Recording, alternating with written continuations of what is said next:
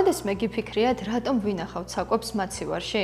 თქვენი აზრით, რატომ ფუჭდება პროდუქტები, თუ მათ სიცივეში არ შევინახავთ? ამ ყველაფერზე პასუხი მიკროორგანიზმებში მდგომარეობს. მაშინაც კი როცა ფიქრობთ, რომ სახლში მარტო იმყოფებით, ეს ასე არ არის. ჩვენ ირგვლივ ჰაერში, მყარ ზედაპირებზე, ჩვენ ზავეს სხეულზე და თქვენ წარმოიდგინეთ ჩვენს ორგანიზმშიც კი თვალით უხილავი უამრავი მიკროსკოპული ბაქტერია თუ სოკო ბინადრობს. მიკროორგანიზმების დანახვა შეუიარაღებელი თვალით შეუძლებელია, თუმცა დღეს მარტივი ექსპერიმენტის საშუალებით გასწავლეთ, თუ როგორ გამოააშკარავთ ეს უხილავი არსებები. ლაბორატორიულ პირობებში ბაქტერიებს აი ასეთ პეტრის თასებზე ამრავლებენ და ტემპერატურასაც ზედმიწევნით აკონტროლებენ.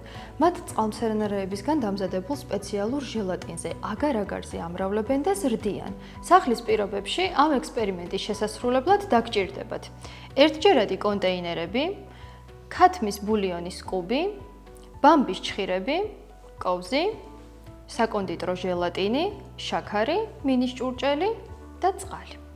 ახლა კი შეგვიძლია დავიწყოთ ექსპერიმენტი. მინის ჭურჭელში ვათავსებ 2 ჩაის კოვს ჟელატინს,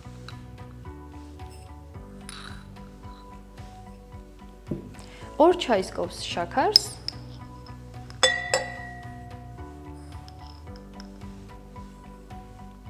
და ქათმის ბულიონს, რომელიც წინასწარ დავფხვენი.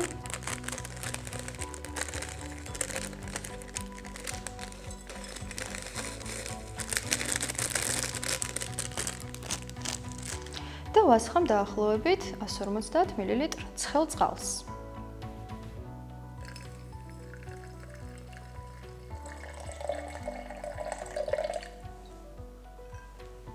ახლა ამ მასას მოუვლიოთ ყველა ინგრედიენტის გახსნამდე. უკვე შეგვიძლია მორევა შევწყვიტოთ და მიღებული ნაერთი ერთჯერად კონტეინერში ჩამოვასხათ.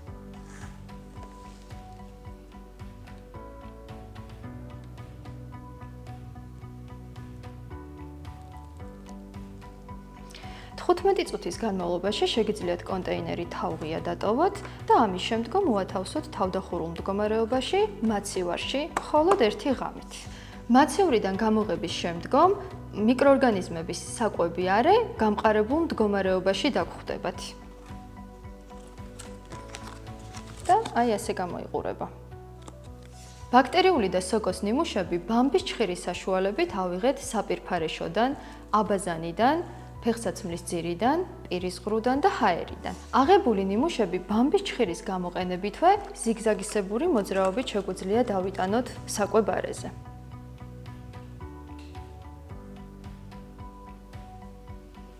ახლა ის გადაგვჩენია კონტეინერი ოთახის ტემპერატურაზე სიბნელეში მოვათავსოთ და შედეგს დაველოდოთ. თქვენს წინაშეა 4 ნიმუში, რომელიც 1 კვირის წინ არის დათესილი.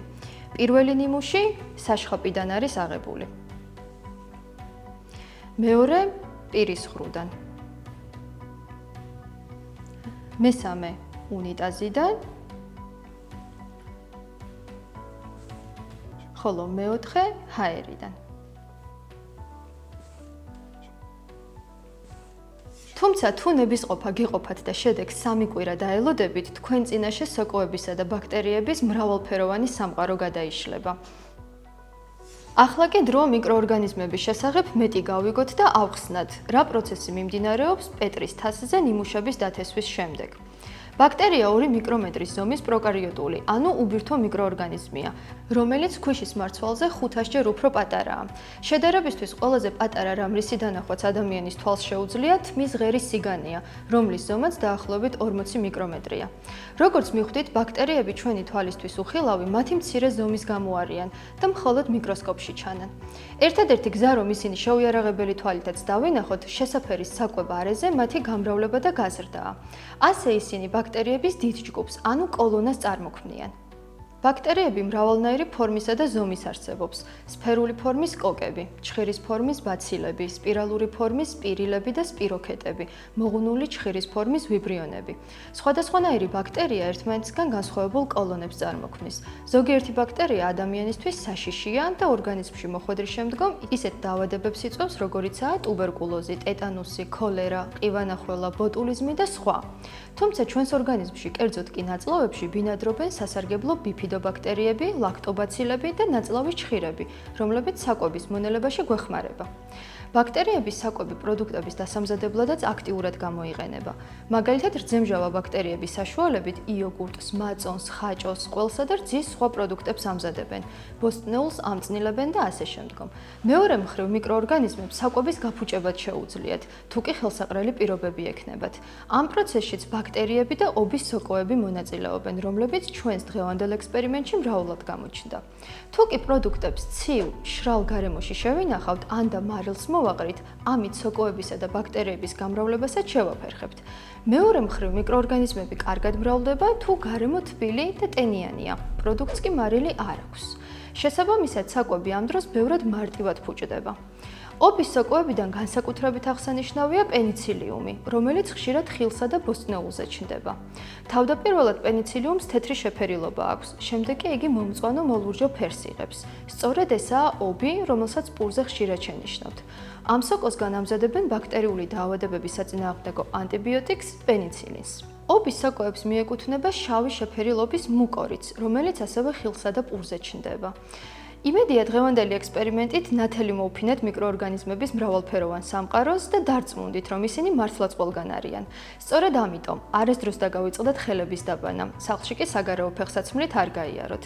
პირის ღრუს ჰიგიენაც არ გამოგრჩეთ და არასდროს მოიხმაროთ სხვა ადამიანის პირადი ნივთები.